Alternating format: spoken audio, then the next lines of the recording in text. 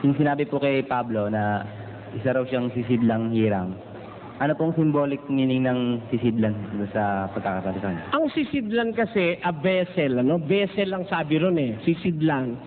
Siyempre, pinaglalagyan yon. Alam mo ba ang sisidlan? Pwedeng baso, ano? Pwedeng timba, pwedeng bote. Maraming uri ng sisidlan. Pwede naman na yun ay yari sa kahoy. Pwede naman yari sa ginto, sa tanso. Basa, 2 Timoteo 2. Tatapot sa isang malaking bahay ay hindi lamang may mga sisidlang ginto at pilak, kundi mayroon din namang kahoy at lupa.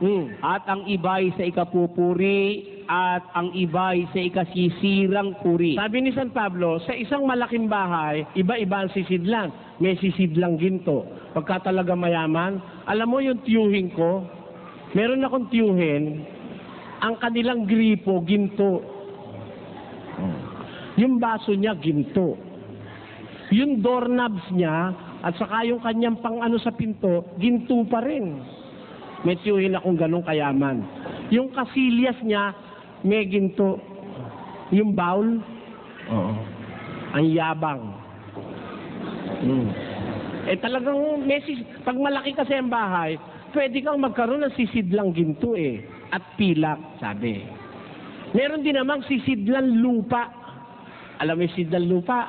Mga banga, mga palayok, mga sisidlang lupa yan Ang iba'y sa ikapupuri at ang iba'y sa ikasisirang puri. Kung ang sino man nga ay malinis sa alinman sa mga ito, ay magiging sisidlang ikapupuri, pinakabanal, marapat gamitin ng may-ari, nahahanda sa lahat ng gawang mabuti. Ayun. Meron sisidlang ikapupuri, yung malinis, yun ang gagamitin ng may-ari. Ganito yon.